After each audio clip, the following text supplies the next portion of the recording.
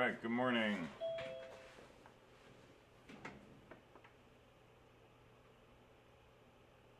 How's everyone today?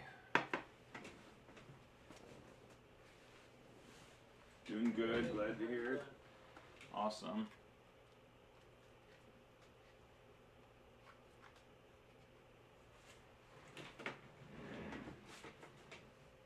Yes, it is Friday. That is good. On the other hand, I was just realizing this quarter is going by really fast. It's the end of week 3 already, which means 2 weeks gets us to the halfway point. And that's kind of insane. But we're moving along. We're almost done with linked lists. So we'll talk about ODP 205 today. I'll make a few more comments on PA2, and I'll talk about how to free memory at the end of PA2. And I'll talk a little more about Valgrind, and then I want to look at some of the quizzes that are posted on Canvas, and just kind of wrap things up for the week like that. So questions before we jump into all of those things. Any questions on what we've been doing? Or anything so far?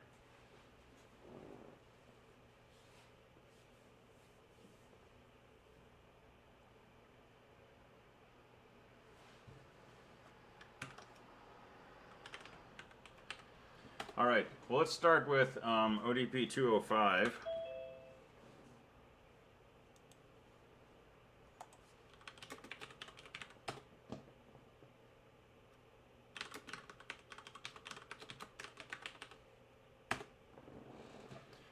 I was looking back at one of my videos for something the other day, and I realized I rarely look at the camera, and I'm not being antisocial, but I have my 50-some inch monitor over here with, you know, the participant list, the chat conversations going on, my personal notes for what I'm doing in class today, and all of my prep and stuff.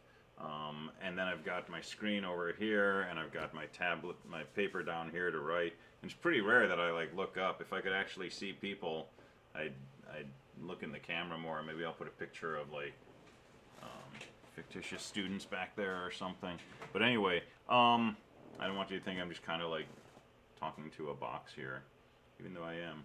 All right, so ODP 205. So this was a chance to play around with pointers to structures, and we're doing something kind of bizarre in this ODP. It's not something that there's a good reason for, but we're taking a pointer to a node, we're doubling the data field, and we're marking it as the end of a list basically by setting next to null. For no reason other than, you know, that's what I said in the ODP that you need to do. So the code for this can be pretty straightforward. Include standard io.h because that gives you the symbol null. And then you have to define your struct node, and again the order is important, data has to come first. And then basically 2 lines of code to do what this is asking. So if in was an actual node, then we would just say, you know, in.data, and that would give us the value of the data field. But since in is a pointer, we need the thing that in is pointing to, we need the data field of that node. And so we could get to that by saying, take the thing that in is pointing to, that's a node, that's the data field of the node. But we have this shorthand in C, which looks like this, in arrow data. And that means in is a pointer, take the thing it points to and give us the data field. So it's just a shorthand. So somebody posted a big long Valgrind error in chat, but I don't know what that's in reference to. Is that the ODP? Is that, looks like that's your PA2. PA2, okay. We will we'll talk about Valgrind errors in a little bit. Yeah, we'll play around with add and val grind, and I think we'll be able to explain that. All right, so so this is saying in is a pointer. Take the thing it points to, give me the data field. That's the current value of the data. Multiply by 2, and then store that in the data field of the thing in points to. So that doubles the data value of that node, and then this is the next field of the thing in points to, and we're just saying set that to null. So that gets you the two operations that were required for the ODP.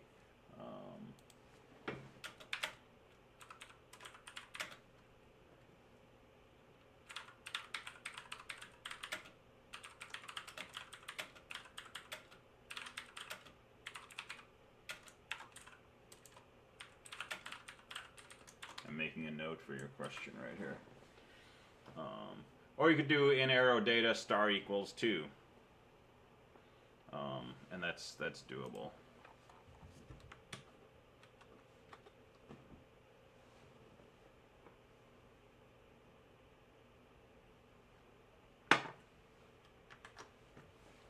So what someone just said in chat.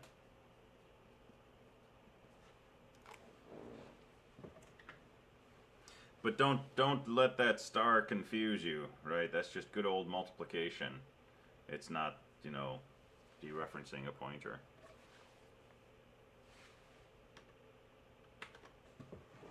All right, so that's the ODP. Let's talk about Valgrind right now, since that's coming up in chat. So let me make some sample code.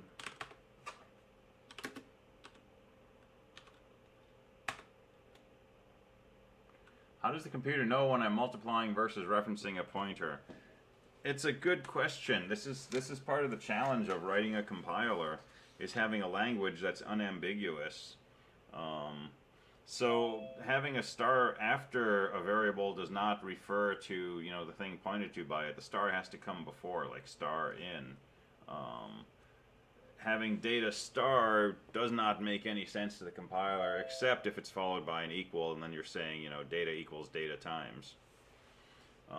So if you work through the language syntax, it should be unambiguous, but that's not always a given, right? When you design a language, you have to make sure that there's not, you know, two different things that can be written the same way.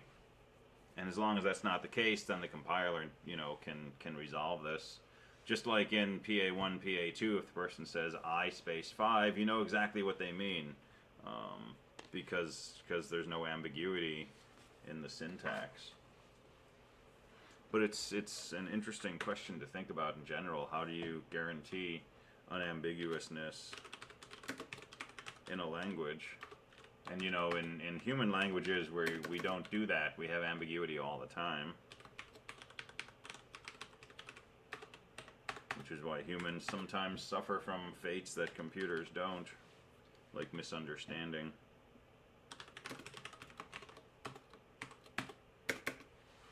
I've thought about trying to embellish a language or an OS with emotional responses, so that you could, you know, write a C program where the compiler might misunderstand what you're saying and might actually end up feeling hurt or angry because of that, and seeing how that would play out in kind of a self-evolving system using these constructs. But I haven't done that, but I think that would be a fun project.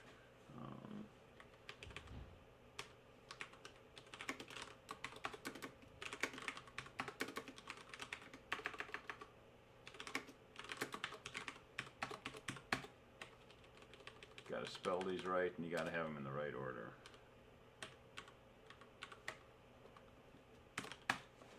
All right, so there's our usual struct node. Here's our main program, and I'm just going to make a sentinel, which is going to be a pointer. We're always going to use pointers, and let's just start from the beginning.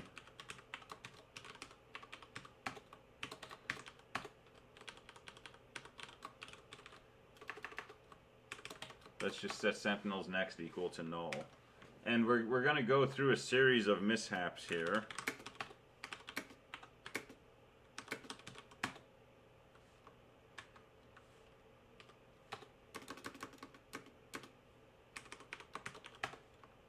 Thank you. All right. So if we run v, we're going to get a good old seg fault, right? And we're getting v because we've said sentinel is a pointer to a struct node, but we haven't given sentinel a value. We've said what type of thing it is, but we haven't actually given it a value.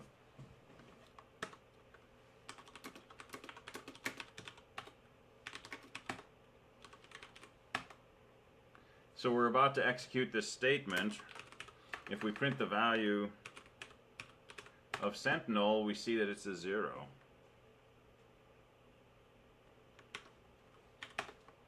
So before we do this, we're going to do something like this.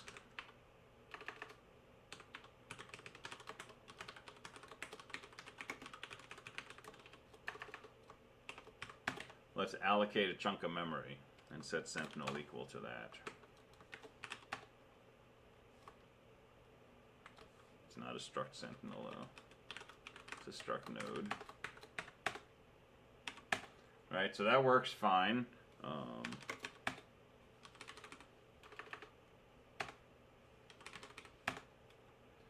And so, you know, initially Sentinel has a meaningless value. If we go ahead and we do the malloc, now Sentinel has a good value. And we can go ahead and we can set that next field to null. Here's the current value of Sentinel next. Well, it happens to be 0 anyway. But when we go ahead and we set it equal to next, that'll 0 it out. All right, so this is things working correctly.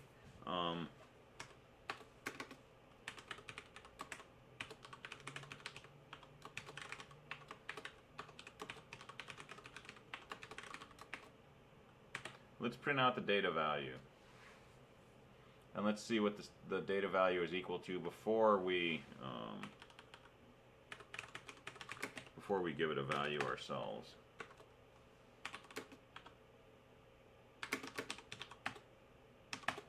So if we run this, the initial data value is 0. But don't rely on that. That's not guaranteed. And in particular, if you move to a different operating system, this may not be the case. All right, let's valgrind this.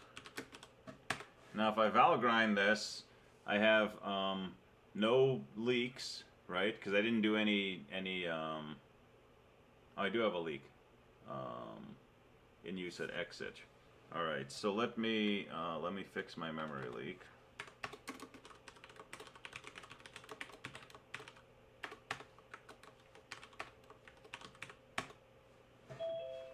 All right, so this tells me all heap blocks were freed, no leaks are possible, but error summary, 5 errors from 5 contexts. Look at all of this stuff up here. Right, I got a lot of stuff going on. These are problems that you're supposed to deal with. So what's happening here? Well, it's complaining about something inside printf. Printf, printf, printf, printf.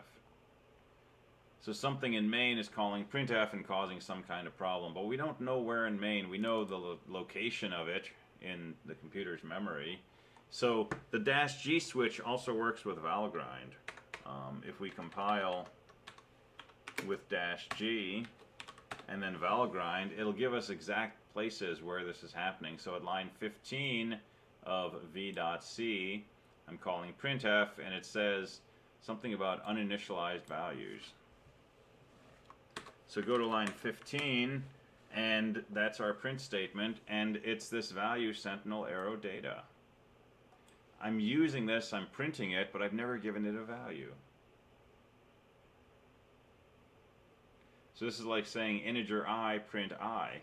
Well, why are you printing I? If you're just curious what I is equal to, that's perfectly fine. But in general, we have no idea what's in that variable. And so you shouldn't use it until you give it a value. So I don't know, maybe somewhere earlier, you know, I gave it a value. And now if I run this, everything should be clean, right? So that's the intro to Valgrind. Here's the output of my program. Here's the epilogue from Valgrind, which basically says all blocks were freed, no leaks are possible, and no errors. Okay, that's what you want for your Valgrind behavior on PA2. Anything else and you lose points. So you want it nice and squeaky clean. Alright, so this is one possibility for these warnings, is using something that's uninitialized. There's other ways that this can pop up though. So another potential problem is if you free a node twice.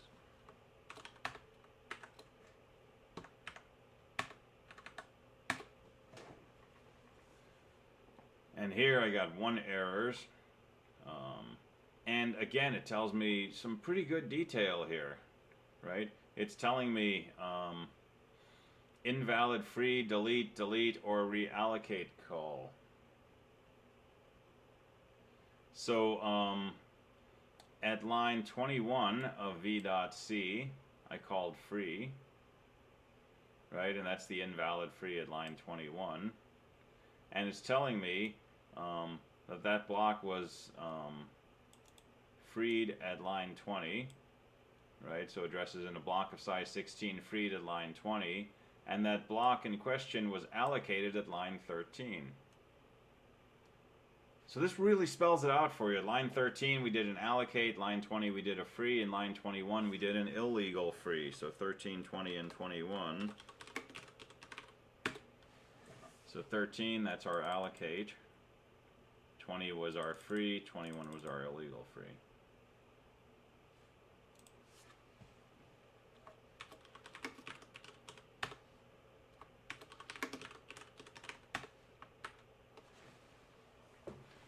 And I don't know the meaning of these codes, but you can look them up somewhere and use them to parse this output with, you know, some sort of code. So it looks like all your messages are prefixed with an integer between pairs of equal signs, and so you can find the type of message, and then using that, you know, do some other parsing. So 537 looks like it's probably free text, and 624 is maybe errors. I don't know what those mean, but you could look them up. But it would let you process the output of Valgrind with some other tools. And we see these things all the time.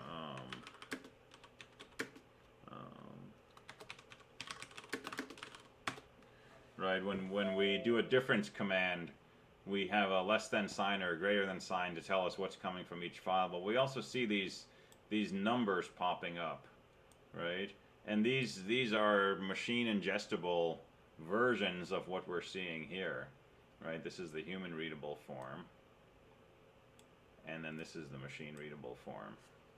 And so I think it's the same kind of idea.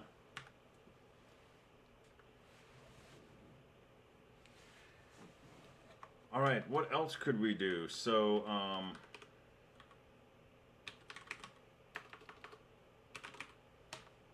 suppose we try to do this.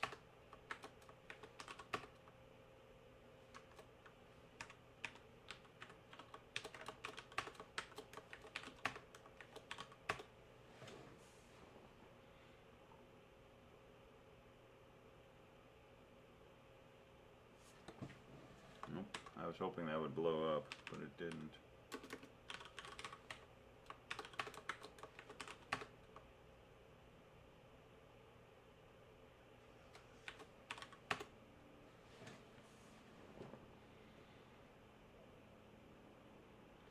All right, so here I'm getting something closer to the error that was posted in chat a while ago. I'm freeing something and it's telling me the address I'm trying to free is not on the stack or was not recently mallocked or freed. So I'm trying to free an illegal address. And if I tried to do something like this,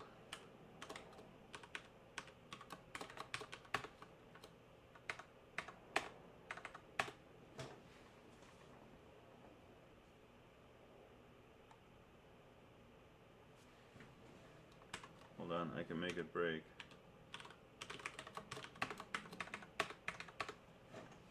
Alright, there we go.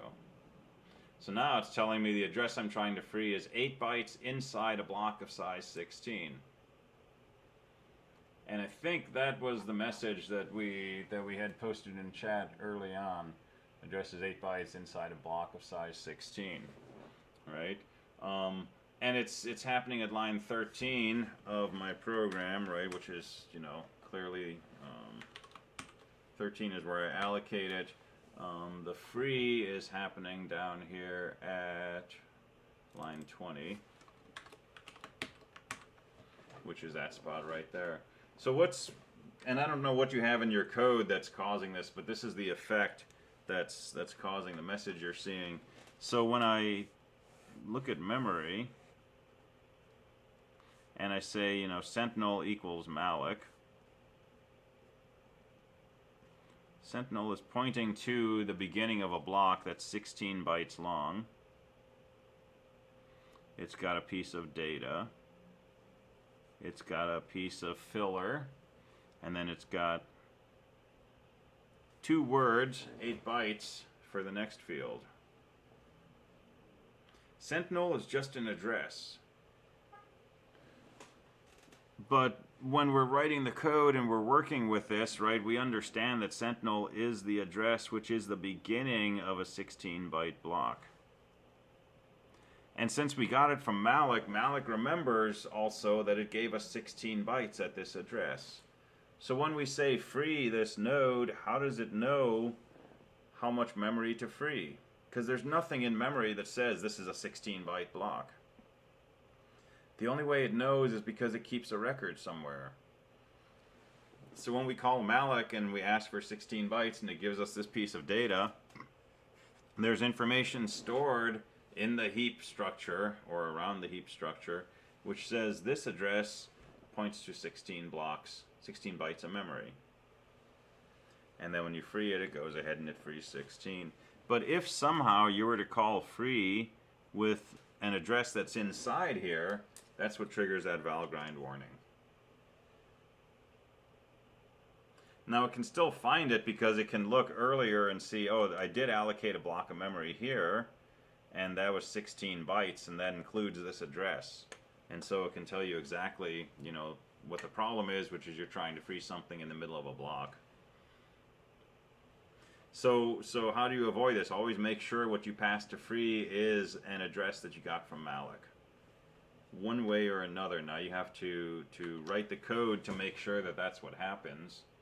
But if you're careful with it as you're going forward, it's pretty straightforward to pass free the correct address.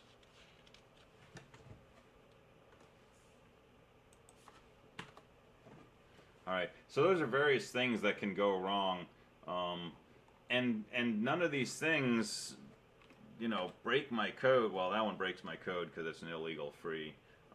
But you know, if I have an uninitialized value, or I don't free memory, or sometimes if I free the wrong thing, right, my program may still work. But valgrind will tell you that you've got issues. Let's try one more.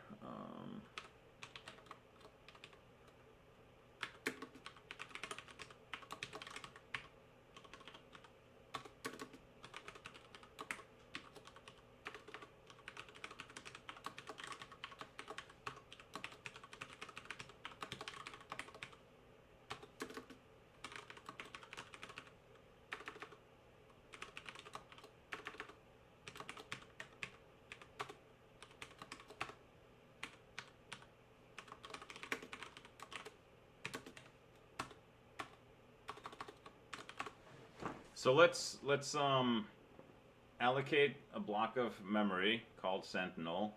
Let's set the data value to 999. Let's print out the data value. Let's free it, and then let's print the data value after we freed it.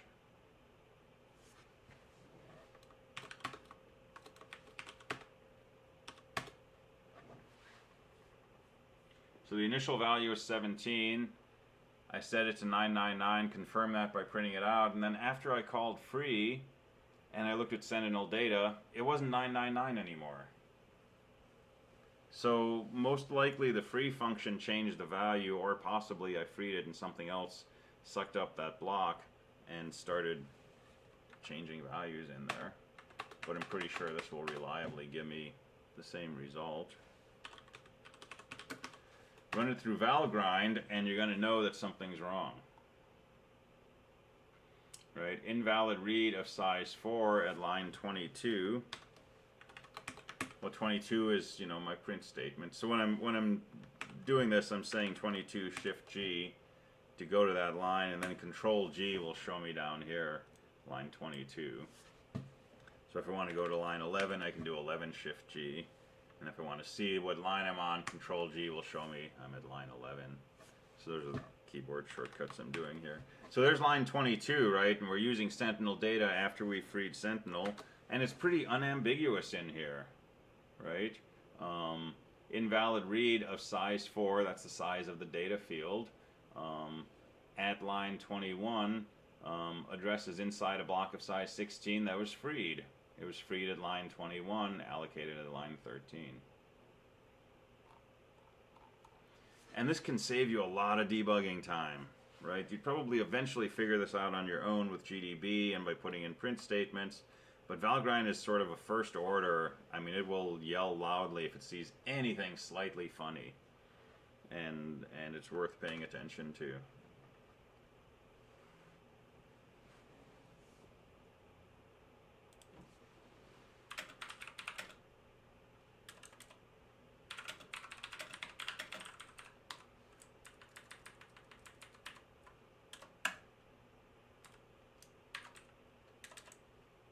All right, any questions about any of that?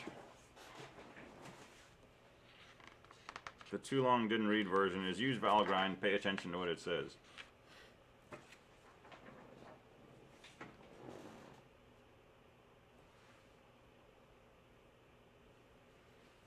All right, let's go back to PA2. And I want to look at the pseudocode for PA2, but really it's no different from PA1 with one exception. And the one exception is when you need to free memory at the end. You need to do something new. But just kind of a quick rehash, let's look at the add function.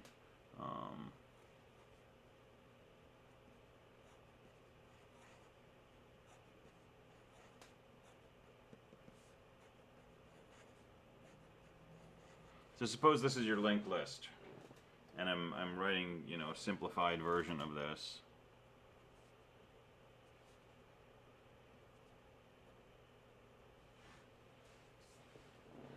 And let's say we want to add the number 15.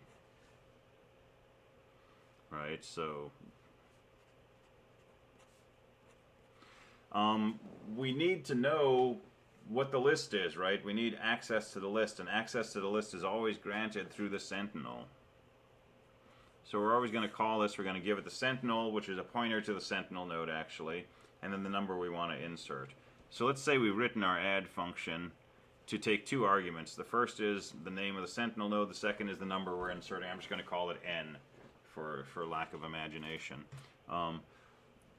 Just a refresher, right? How do we do this? We move through the list with a pair of pointers. So I'm going to think of this as previous and current. And we're going to start off with previous equal to the Sentinel and current equal to what that Sentinel points to. So you could do Sentinel next or you could do previous next. So here's what my picture looks like. And the idea is we're going to move down the list until current data is bigger than n. So if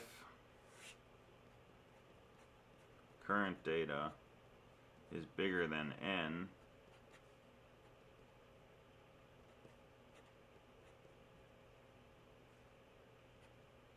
insert between previous and the current node. So before you do all this, you can create a new node, set its data value, We don't have to set its next value yet. We're going to take care of that later. But you can do this by calling malloc directly, or you could make a version of get node if you like. You could make a get node that you pass an integer to, and it returns a pointer to a new node with that integer value stored in the data. And it returns null if there's no memory available. Or you can just malloc inside your add function and, new equals malloc size of struct node, and then new arrow data equals n. So 2 lines, or you can put them in a function. All right, so we're moving down the list, and we compare the current node's data to n. If the current node's data is bigger than n, then we want to insert this new node between the previous and the current. So how do we do that? Change the previous node to point to new. Change new's next node to point to C. And then just return. So do all that stuff. Otherwise, what do we do? Previous equals current, current equals current next. So change this to previous, change this to current, and go back up. And keep doing that, and eventually we're going to find this situation.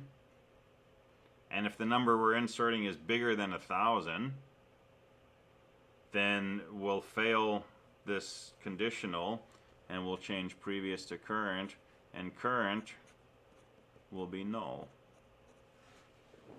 And that's when we know that we've run out of nodes. So do this, while current is not equal to null.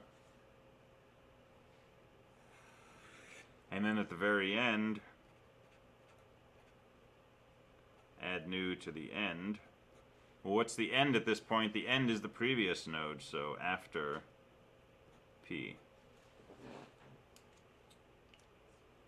All right, you've done this. You did this in PA1. It's exactly the same in PA2. It's just the syntax changes a little bit. In particular, when you want to access a field, you use this arrow notation instead of, linked list bracket C dot data. It's just going to be C arrow data.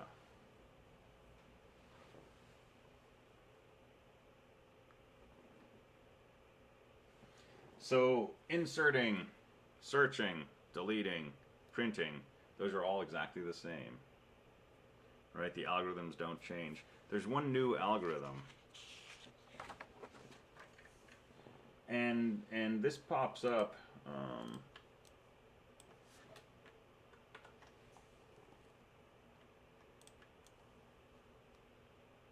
This pops up because of this one detail in your main program. The X command should free all allocated memory.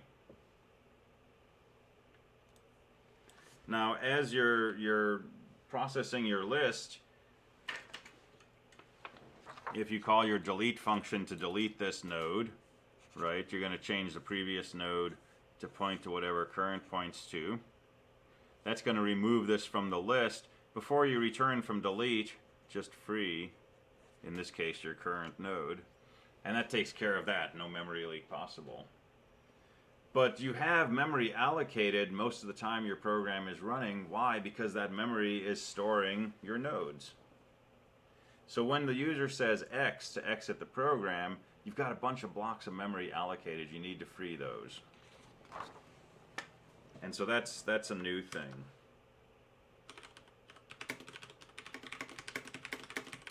So how do we free memory at the end of the run?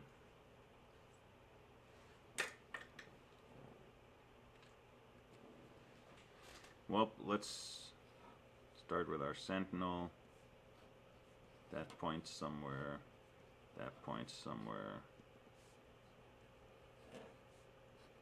And ultimately it points to the end of the list. So I suggest making yourself a function.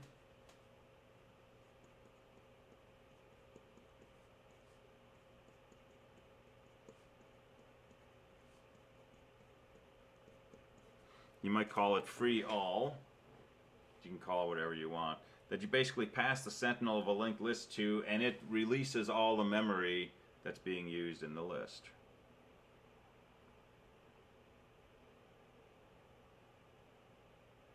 Now here's what you might be tempted to do.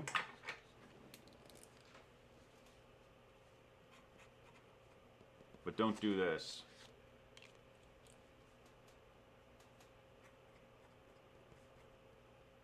So set a current node equal to your sentinel.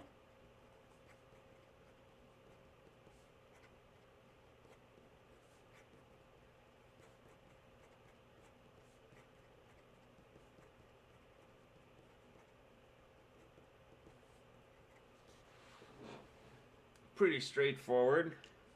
Start off with the sentinel. If it's not null, free it, and then move to the next node.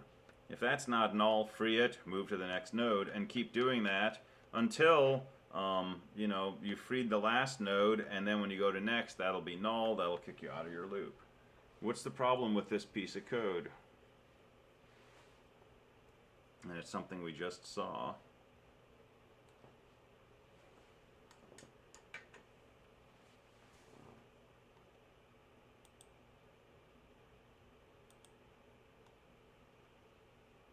Free before use.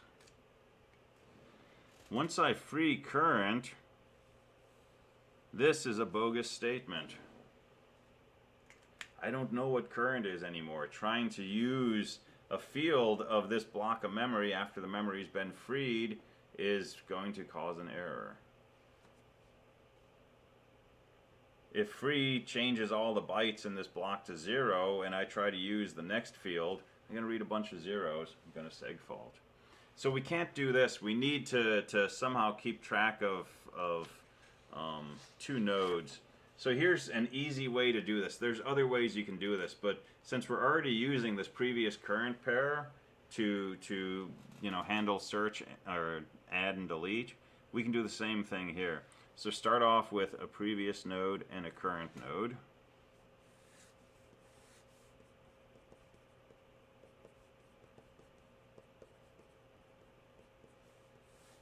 And then do a loop. First free the previous node. And now I can set previous to current without having to use the next field of previous. Right? So my current is kind of a look ahead. Right? So I'm going to free the previous node, and then I'm going to set previous equal to current and current equal to current next. So that'll set P to this, and it'll set current to this. And I'll go back up, and I'll free the previous node. And then I'll set previous to my current, and I'll set current to the thing that it points to. And I'll go back up, and I'll free the previous, and I'll keep doing this until eventually this is previous and current. I'll come up here, I'll free the previous, I'll set previous equal to current.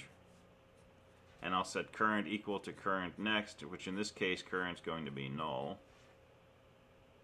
And so this is our famous while loop while current is not null.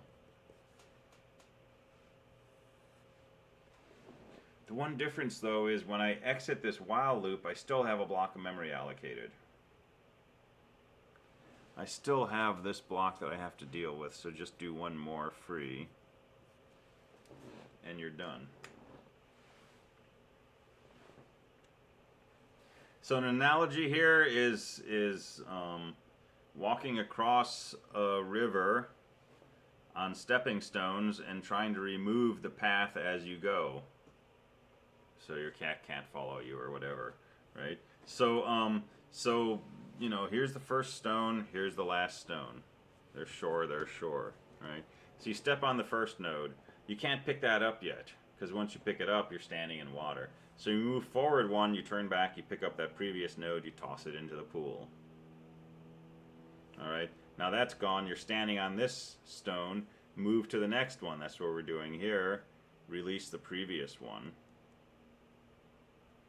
Now, these two stones are gone, this is the one we're standing on, we can't release this one until we move. So move over to the next one. But each time that we move, we're also remembering where the previous node is, right? By saving P to be the node that we're currently at, P equals C. Move to the next one, now we can free P. When you get to the very end, right, your last node, you pick up the previous node, put that back in the pool of available memory, and then put P here to remember where this stone is. C equals C next. Well, now you're standing on the shore. There's no way that you can get rid of the thing that you're standing on, right? But you still have to get rid of that last stone, that last node. So we detect that we're on the shore. That's what it means when C is null. And then we just reach back and we free that last node. And that releases all the memory. And this will work or it won't work, right? If you try to release too many things, you'll seg fault. If you don't release enough things, Valgrind will tell you have a memory leak. So dial it in, but make sure that it's making sense. Try to resist the urge to write random code, run it. Valgrind says you got a memory leak, so change your condition to go one more time. Or you seg fault, so change your condition to go one time less. Don't do that, right? Make sure that any code you write in this course makes sense to you. Right? Because you're going to build on what we're doing in this course in 223 and in courses at other schools. Make sure that what you're writing makes sense. It doesn't have to make perfect sense the first time, but by the time you're done with an assignment, hopefully you've gone back and thought about what you've written and you've made some sort of peace with it. As opposed to, you know, cross my fingers, I hope this code actually works. That's kind of a longer term target.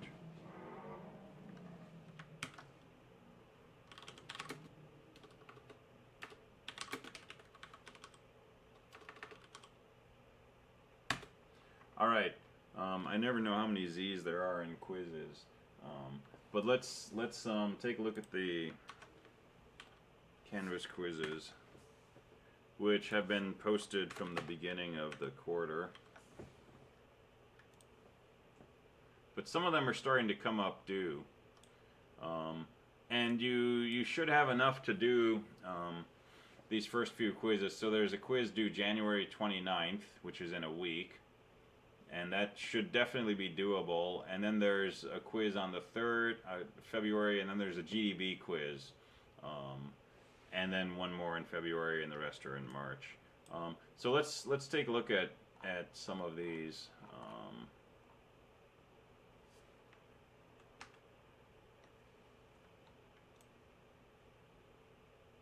Come back. I didn't mean it. All right. So let's take a look at quiz 2. Quiz 2 is stuff that you should already know, or you should have seen in the past few weeks. So when you make a declaration of an integer array, remember this variable is a pointer, right? So what is it pointing to? What is this thing x, right? So pick the right answer. What does it mean when we say y equals star x? Right, so these are mostly just short multiple choice questions. Here's a pair of statements. What's the correct syntax for setting the x piece of variable to be 0? Where variable is a structure of type new. Here's something with the arrow notation. So what is this statement equivalent to? And these are not tricks, right? I'm not trying to trip you up. These are just sort of, you know, checking the box on, yep, I got that, I got that, I got that, right? So you can hop in and do this anytime you want. This one takes a little more thought. Which of these is likely to cause a seg fault? So this has to do with uninitialized variables and the fact that memory location 0 is not accessible. So play around with that. And that's it, 5 questions. So that should be doable.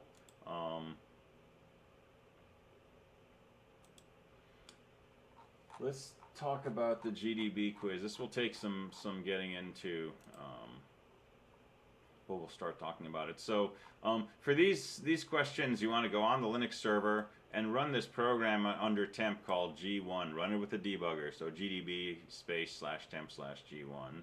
Say start, which will begin the debugger, and then it's basically like a lab. You do different things in GDB and try to answer these questions. So it's exploring what's going on in this program, which I have not given you source code for, right? So set a watch point on I. What's a watch point? You know what breakpoints are, right? You can say break a function or break at a line. You can also say watch and put in the name of a variable. And when that variable changes value, it'll be treated like a breakpoint. GDB will stop. It'll tell you the old value and the new value and let you do stuff. So put a watch point on I and run until I changes value. So if you say continue, it'll start running the program at full speed until I changes. And at that point, it will come back to a prompt and say, you know, here's the old value of I, here's the new. And if you say continue, it'll continue from there. So do this until I changes to a value of 5. And at that point, see what the value of x is. So just put that in here. Make sure you type it in decimal. That's the first question. How many bytes are allocated for the structure mystruct? I suggest using the size of command. Remember, we can call things like size of inside GDB. So look at size of mystruct. That should tell you how many bytes are allocated. What's the address of a variable named data? Well, how do you find the address of something? Put an ampersand in front. So if you print ampersand data, right, that should give you an address. But take a look at what kind of thing data is. Print out data and see what it says. And you'll probably see that data is already pointing to something. So this might be worded funny. I haven't decided yet. But try that. And let me know if you run into bad problems with any of these. But here's what I want. When you say my fun data, what's the address that's passed to my fun? Alright, so it should tell you that data is an array. So what's the address of data bracket 0? Use the ampersand for that. What's the address of data 1? What's the address of data 9? And then generalize that. What's the formula for the address of data bracket I?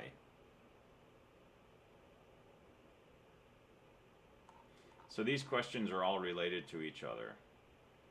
Right, starting with what's the address of data, right, which is an array, and then building up.